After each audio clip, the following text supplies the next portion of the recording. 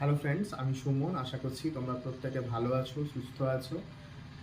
আজকের এই ভিডিওটাতে তোমাদের সাথে আমি ডিসকাস করব the transfer of property act 1882 এর সেকশন 3 অ্যান্ড সেকশন 2। যদিও সেকশন 2টা রিপিল হয়ে গেছে, সেকশন 2টার এক্সিস্টেন্সে নেই, তো সেকশন 3তে অনেকগুলো ডেফিনেশন আছে। সেকেন্ড চ্যাপ্টারটা কিন্তু মোহামেডান লয়ের উপর অ্যাপ্লাই হয় না, এটা এখানে লিখেছি। সেকশন 3তে আছে immovable property definition.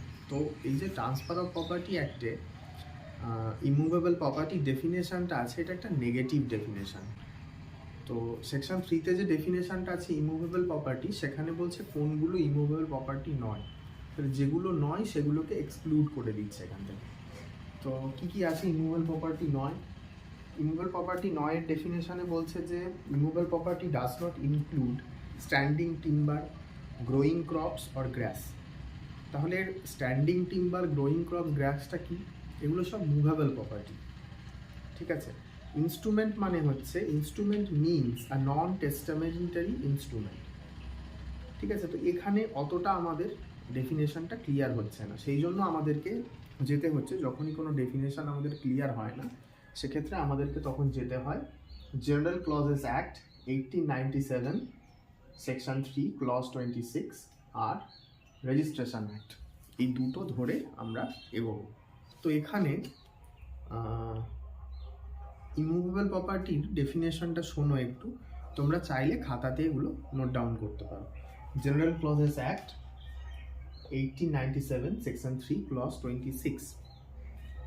Immovable property include land, benefit arise out of land, things attached with the earth, and the thing permanently fastened with the things so attached with the earth।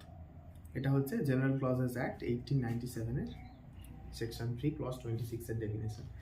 Registration অ্যাক্টের ডেফিনেশনটাই বলছে যে immovable property include land, buildings, hereditary allowances, right of way, air, light, right to ferry and fishes, or benefit arise out of land and things permanently attached with the earth but doesn't include standing timber, growing crops or grass. তাহলে এইগুলো পরে কিন্তু সেই transfer of প্রপার্টির একটা ডেফিনেশনের last লাইনটা বলে দিল যে স্ট্যান্ডিং টিম্বার, গ্রোয়িং ক্রপস আর গ্রাস কিন্তু ইমুভেবল প্রপার্টির মধ্যে পড়ে না।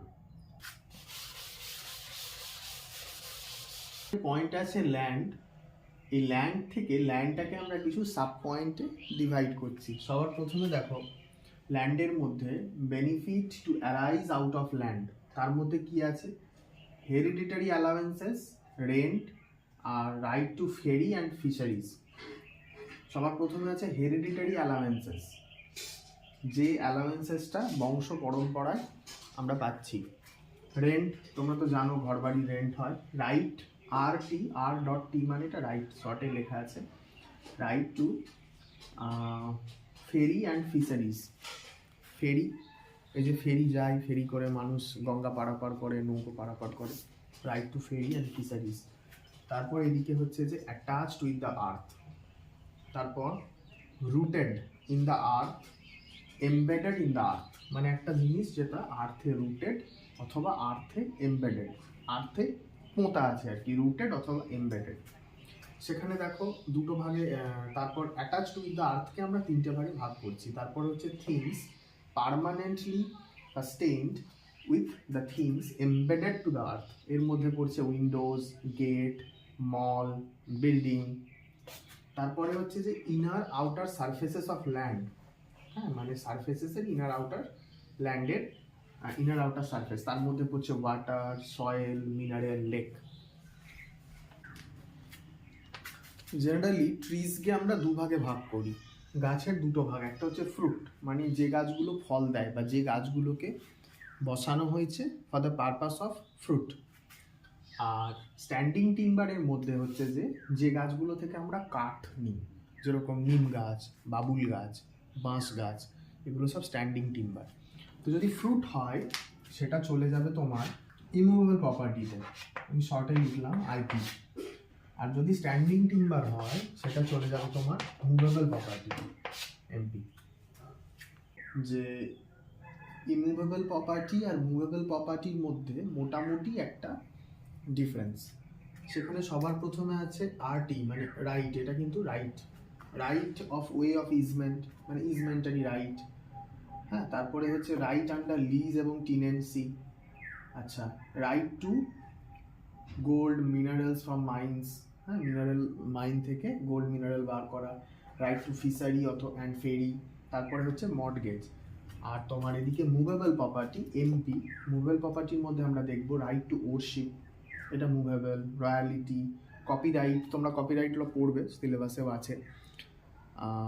যে জিনিসটা আমার নিজের লেখা সেটাতে আমার নিজস্ব কপিরাইট থাকবে, এটাই কপিরাইট ল।